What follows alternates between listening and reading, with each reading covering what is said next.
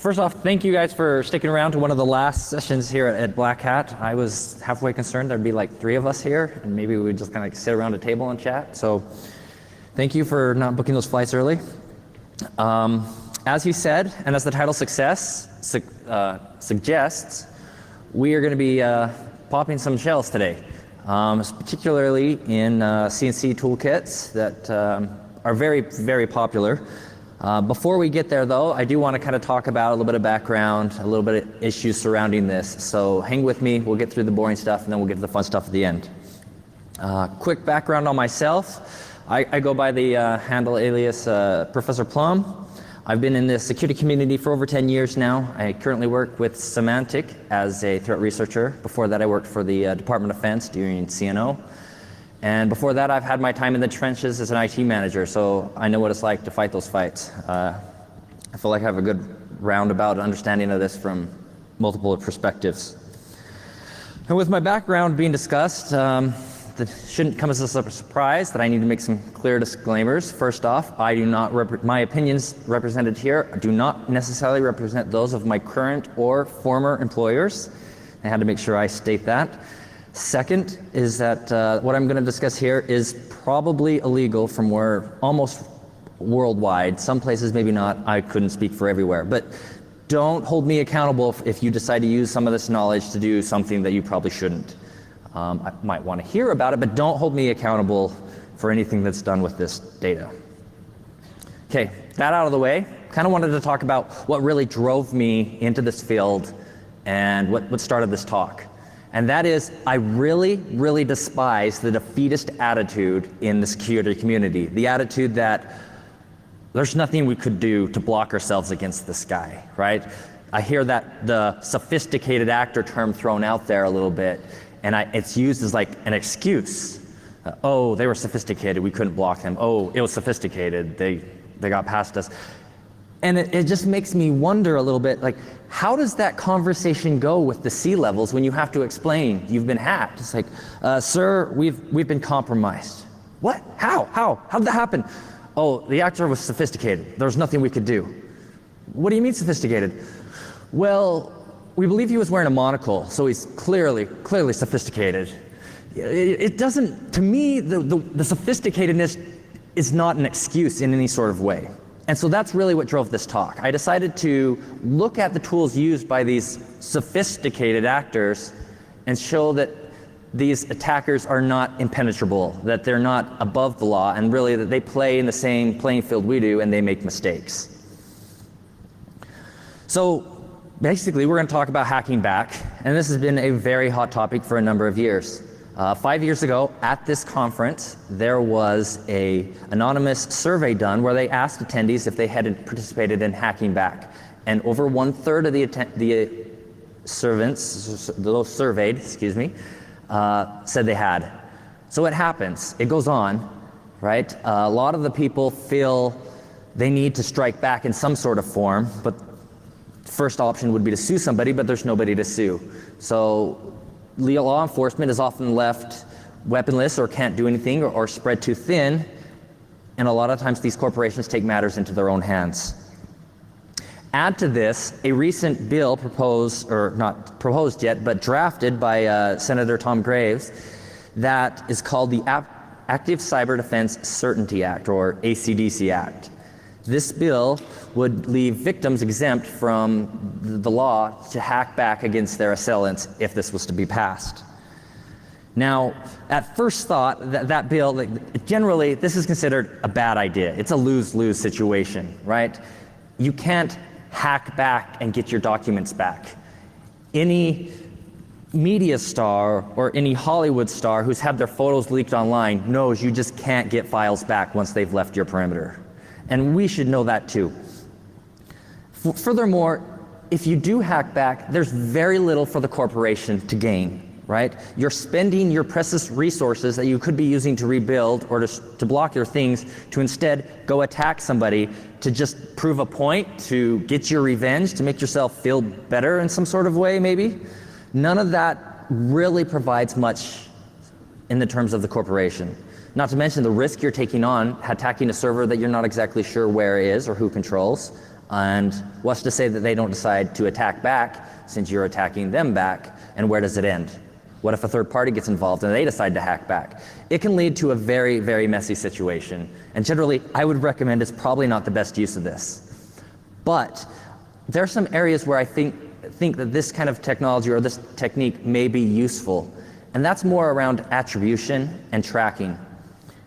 If one is to hack back into another group and then to just sit quietly and listen, they can observe many things about their assailant. They can observe maybe who else they're targeting, maybe what files they're interested in, what did they pull from you, or how they work. And all of that kind of information, I as a security researcher would love to have, because it helps do attribution a whole lot better than just looking at the artifacts that they leave on disk. By sitting and observing the attacker, that's A1 information when it comes to attribution. And to be honest and to be fair, the AC/DC Act, that's actually what it tries to do. In fact, the AC/DC Act does not allow hacking back for the purpose of causing destruction, damage, or physical injury. But instead, it allows hacking back for the establishment of attribution of the criminal activity and to monitor the behavior of the attacker. So to be fair, that the act does sound like they're trying to do the right thing, right? It's still opening a can of worms, but I think it gets more than a bad rap than it should probably. Now I know you didn't come here to hear me ramble on about my emotions or feelings about the issue. So I'm gonna cut the rant short here. I'd love to have this conversation over a drink with somebody after the fact, but let's move on with things. Gotta kind of do some groundwork terminology here. Unfortunately, even C2 communication terminology is kind of confusing. I've heard that the role server and client used interchangeably for the different pieces. So I'm going to outline here the terminology I'm going to use for this. The client piece is the malware piece that runs on the machine, and the server is the C2 server. All right, that's how I'm going to use those terms. I'm going to try to avoid using attacker and victim, because in our scenarios, the attacker becomes the victim, and that'll cause confusion as well. So the original victim, I will try to call the target. The original C2 owner, I will call the adversary. And then the one who is hacking back, I will call the retaliator. I like that term. The dictionary definition of it is one who returns assault in kind. So I felt that was very appropriate for this role, this setup here.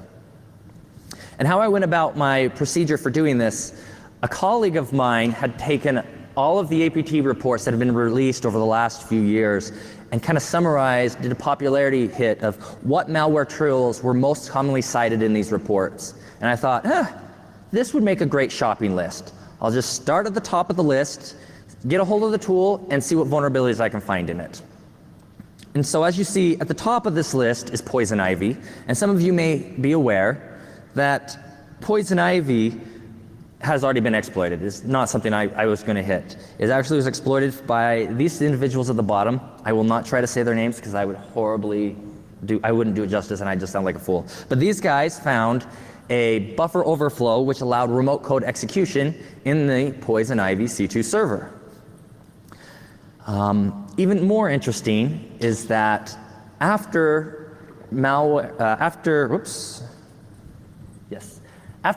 released their APT1 report, the guys at Malware LU noticed that in that report it mentioned that the APT1 group used poison ivy. So the Malware LU guys exploited the poison ivy servers, landed on them, and then just listened and observed and enumerated the attacker's network. They then documented all this and provided it publicly. It's one of the rare cases where we have this kind of information from a hackback attempt, and the information is golden. They were able to outline their infrastructure. That's an image stolen from their document describing how they have their attacker infrastructure built. They found additional tools used by this group and exposed them, and they were able to give TTPs of how this group acts so defenders could know better what to watch for and what to look for. It was very insightful, and I think it shows just the potential behind this kind of attacking back. Also on that list that already was exploited was Dark Comet. It was down there a ways, but I still felt it's worth mentioning. Dark Comet was exploited by these guys, and their exploit was remote file retrieval, so you could blindly copy a file off that server. But I have no evidence or I have no documentation of where it's been used. Shoot, I am rolling, but that's okay. I can just spend more time on the exploits. Let's play with the new stuff now. I'm going to work my way from least interesting up, bottom up on that list. I just took the top 3 below Poison Ivy. And so the third one I looked at, the least interesting in my opinion, was Extreme Rat. Extreme Rat has been around for a little while. It was originally developed as a commercial tool. This is a screenshot of the tool itself. I have one victim, and I right-clicked on the victim, and you can see there that drop-down the capabilities the tool offers the attacker to do against their victim. You can spawn shells, grab files, ping, just drop a keylogger. There's a lot of capabilities built in this tool. The tool also has additional capabilities that kind of make me laugh. It's got a game built in it that you can kind of play, I guess, while you're waiting for your malware to land or your guys to click on the email. It looks to me to be targeting the script kiddie. There's a lot of very easy point and click type features here. That being said, it has also still been used by a lot of supposed nation state actor groups. These are a number of news articles where Extreme Rat was cited as the tool of choice for the particular actor. It's been seen in target attacks against the Israeli government, against the conflicts in Syria and the Gaza Strip. Extreme Rat is most easily identifiable in my mind based on its C2 communication protocol. Typically, there's a number of ways it can talk home and communicate home, but typically we see it used either TCP, raw TCP, or a fake HTTP request. The TCP connection, the target component always responds home with a packet that says my version pipe and then a number, which is the number of the Extreme Rat, usually 3.6 or 3.7 or so. Then the server responds with the X character followed by a line feed carriage return. It's very easy to signature. There's already snort signatures and such out there for it, but it's easy to identify this. If you see this traffic pattern, it's Extreme Rat. Alternatively, it can try to mask its initial call home by making a HTTP request, but that HTTP request is also easy to signature. It always takes the form of a GET request for some number dot functions, and that some number is a password put in by the attacker, and that password is limited to all numbers, and it can only be 10 characters long. So it's easy enough to make a regex pattern to look for a series of numbers dot functions. If you see that URL request, that's a Extreme Rat trying to beacon home.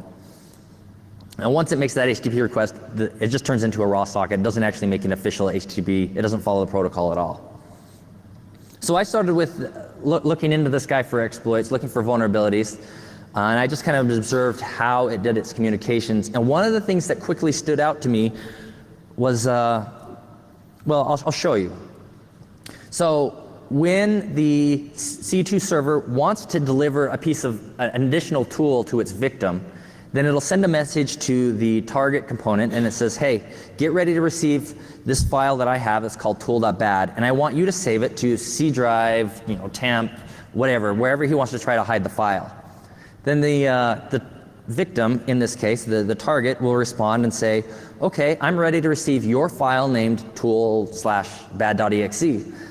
And then the Extreme Rat C2 server will respond with the actual data for that.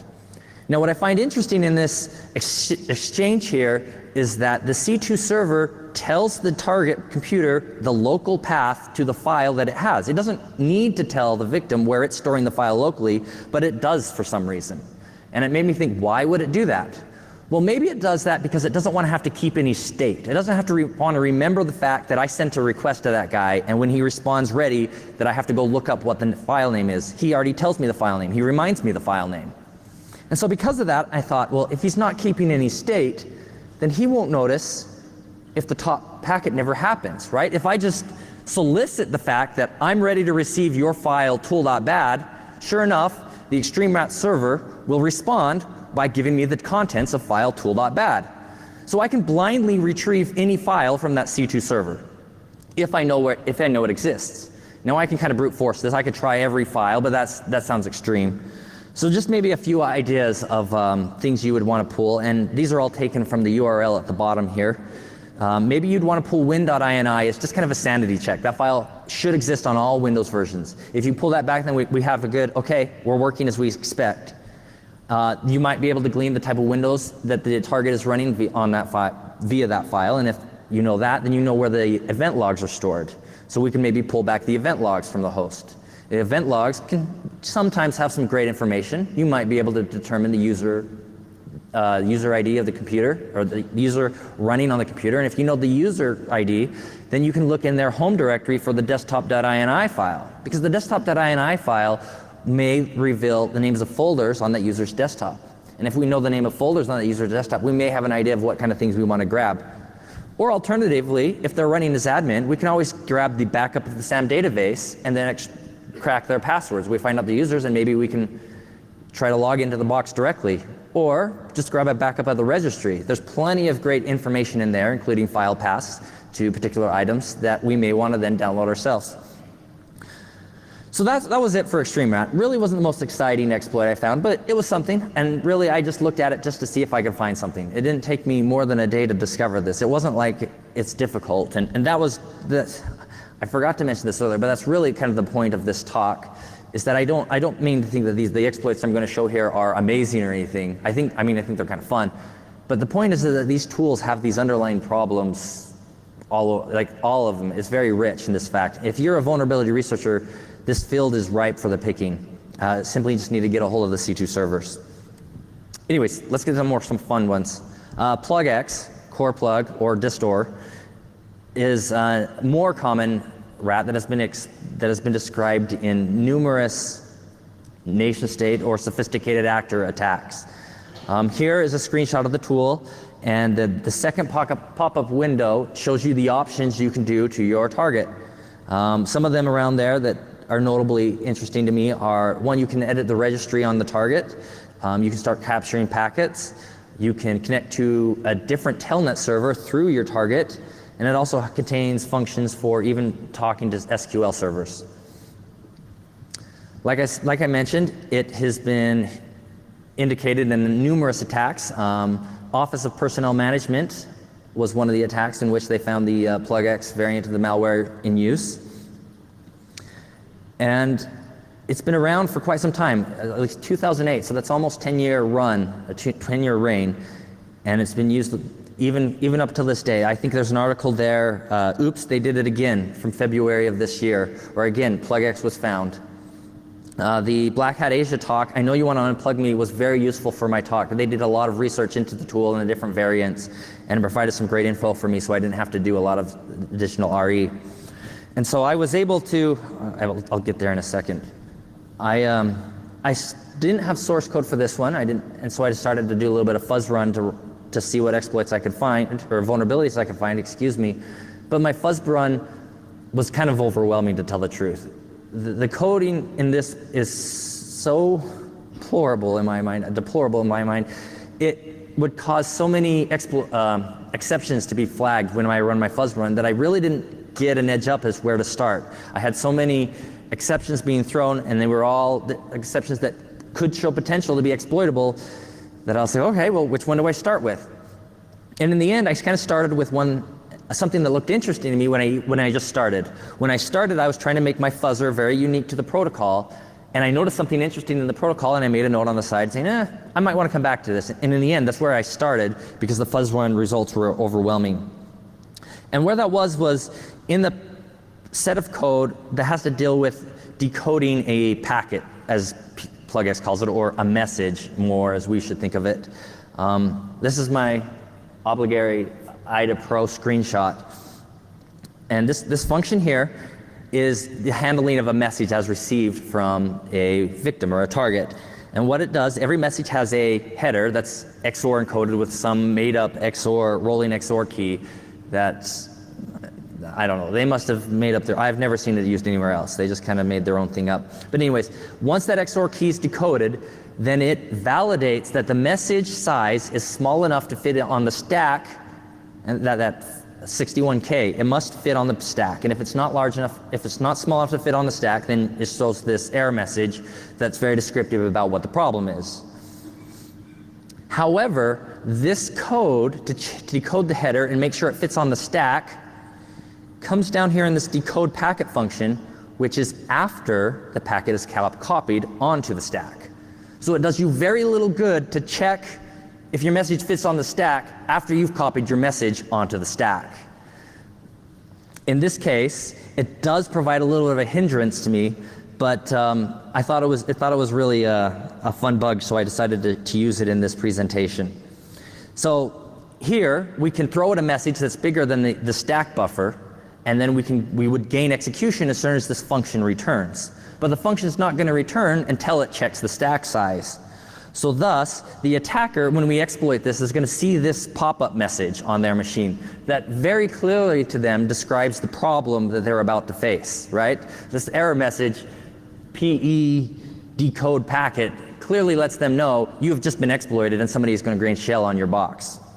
Furthermore, this error message isn't just unique to this code path. If you just nmap scanned some of the plugx variants, they show this exact message. It's kind of like, I assume it's kind of like the default, I don't know what went wrong here message.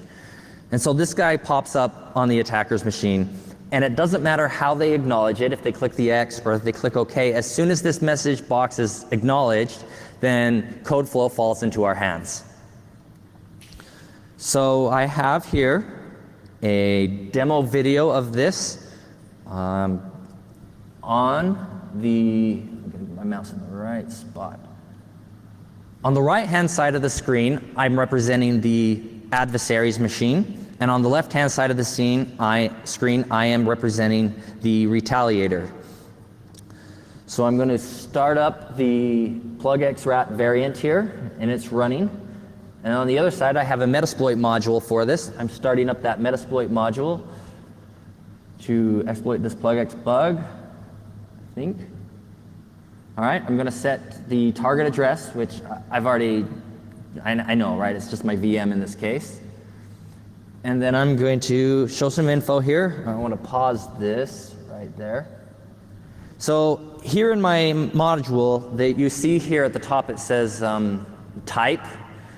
From that talk, I know you want to unplug me from Black Hat Asia. They describe plugx variants. There's like 3 main types, as they put it. And they kind of broke them up based on their XOR decoding function. We have to be able to make a packet that decodes right. So there's basically, you need to know what variant your target is. The good side is you can just try it with a message, and if it doesn't work, then you can try another one. And just so basically, you can just try all 3 until you find the one that works. And that's what I'll do in this, do next is I'll run a check command. And sure enough, that one says, yeah, the type you've selected is right. The message, it looks vulnerable. And so we'll throw our exploit. You see here the pop-up message. As soon as the attacker acknowledges that in some way, we are spawning the interpreter session there on the left. Comes up, I'm going to run a sysinfo to get a little info on my target, spawn a shell, and we'll pop open Notepad just as proof. And boom, execution on the C2 server. All right, next up, last one on my list was GhostRat. I saved this one for last because this one I've seen everywhere. I think many incident responders know this guy by heart. GhostRat's been around for 10 years. It was originally written by a team that called themselves C. Rufus, aka Red Wolf Security Team. Been attributed to a lot of nation-state attacks based out of the Asia-Pacific region, and very well known. The source code has been leaked online to this tool, which means it's also now being used by script kiddies and sophisticated actors alike. Here's just a handful of news media reports where this guy's been observed in the wild. We've seen it against NATO, Associated Press, Office of the Dalai Lama, the US government, private businesses. I mean, I could go on. Most notably Operation Night Dragon, Pity Tiger, APT-18, Dynamite Panda, they've all been cited to use this guy. Very, very common cool toolkit. And again, easily signaturable based on its C2 traffic. The traffic always starts out with a 5-byte marker, which is usually ghost, spelled with a 0, followed by 2 int variables, and then a gzip, or not gzip, an LZMA compressed buffer. Since the source code has been leaked online, we've seen variants come up where they try to change that marker to hide who they are, but they usually just change it to a different 5-byte variable, so it's still very signaturable. The list here of different 5-byte markers that we have observed, or have been observed, are from a colleague's paper. Nora observed all these, and I just stole that from him. But this guy was also very vulnerable. Had a vulnerability very similar to the extreme rat, but this time the other way. When the attacker wants to pull a file from his target, the attacker sends a message that looks something like this. It'll say, give me your file, C drive, documents, user, file.doc. So I can save it to folder X, file dot something another. Target responds, okay, here's the data, so you can save it to this location. And like the other case, the first packet's not necessary. So we can arbitrarily start telling the Ghost server, hey, here's the file you requested, please save this to your startup folder for me, if we know where its startup folder is. Granted, the startup folder moves around a lot in Windows, so this might not be the best way to do this. So I was thinking, what's the best use of this arbitrary file upload? But it turns out GhostRat provided a great use for this, and that is GhostRat has a sideload vulnerability. If we drop a DLL file in the relative directory called OLE-DLG, then the next time Ghost starts up, it'll load that library looking for just one function. That one function is OLA UI busy. And all that does is ask if the UI is busy. So we can make a DLL, a malicious DLL, that does whatever we want, and as long as it exports this one function and always returns, yes, I'm busy, then Ghost, it will be none the wiser, and we have our backdoor into the GhostRat. Unfortunately, this requires Ghost to be restarted, and it requires dropping a file to disk. And I wanted something better than that, so I continued looking. And didn't take long. Looking at the source code made it a whole lot easier. But I have this one here. This is in the parsing code of the drive list given from a victim back to the adversary. And here you can see that it copies the list of drives, the buffer of the list of drives, and it uses the size of the list of drives as given from the target rather than the size of the buffer on the server, trusting that the list of drives on a victim will never be longer than 1,000 characters, because obviously there's only going to be 26 drives on a machine, right? That buffer exists within this particular C class, and so we can overwrite anything that falls below the, you see the remote drive list, that 1K buffer there. That's the one who will overflow. So we can overwrite anything below that. There's a number of class pointers below there, which means anytime any function inside one of those classes below that gets called, we control the pointer to that function pointer. So to get execution, we just have to have a pointer to our shell code. Now to get that, it would be great if I had an information disclosure vulnerability. Unfortunately, I'm lazy and I didn't go find one. I suspect somebody could find one rather easily if they wanted to, but I'm lazy. So I just did the heap spray approach, where I spray the heap and then assume that I know where I'm gonna land. I also worried about dep, but it turned out that on any machine that forced dep to be enabled, GhostRat, the CA2 server component, would not run at all. Dep seemed to break the server. So in all cases where I've seen GhostRat running, I don't assume dep is working. I also have a demo for this one. Before I get there, I wanted to talk about something else cool, and that is some work by Kevin the Hermit. He has written a series of decoders for these malware components. So if you have the malware piece from any one of these, the Ghost or Extreme Rat or Poison Ivy, then he can extract, you run this code against it and it'll extract the configuration file, giving you the address of the C2 server. So if you've been attacked and you have a sample, we can extract the C2 server and then you can go attack the C2 server.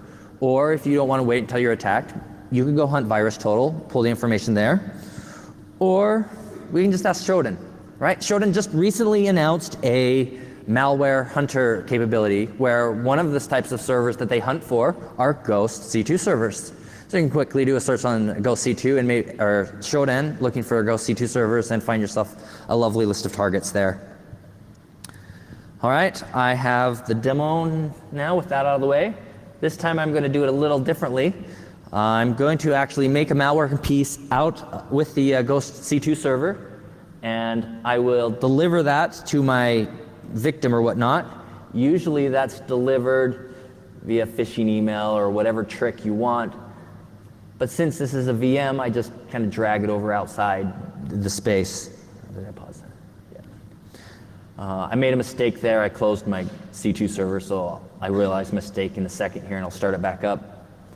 But my retaliator We're going to run that decoder command against my piece of malware, and there you see the C2 address, which we already knew, but proof of concept there.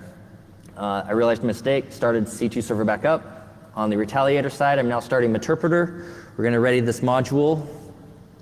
All we need to do to ready it is to first decide to use it. We're going to set our remote host to the one we extracted from the malware itself. Just show some info on it, make sure everything looks good. If they're using a magic other than Ghost, we can change it to match their magic. If you do a check and it's not Ghost, it will tell you, hey, I think this is the magic, you should change it. And then we run the exploit. Now, because I decided to do a heap spray, it's going to take a little while to completely fill out the heap before we get execution. But there it is. We start sending our Meterpreter stager back. And once I get my console, I believe I do a sysinfo. And we're going to pop count just as more visual proof that we have execution on the target. So the question now is what to do now? And to be honest, I'm not quite sure. This is not really an area that's been documented, at least publicly, what to do when you're on an attacker's machine. But these are some things I would think or suggest that would probably be interesting.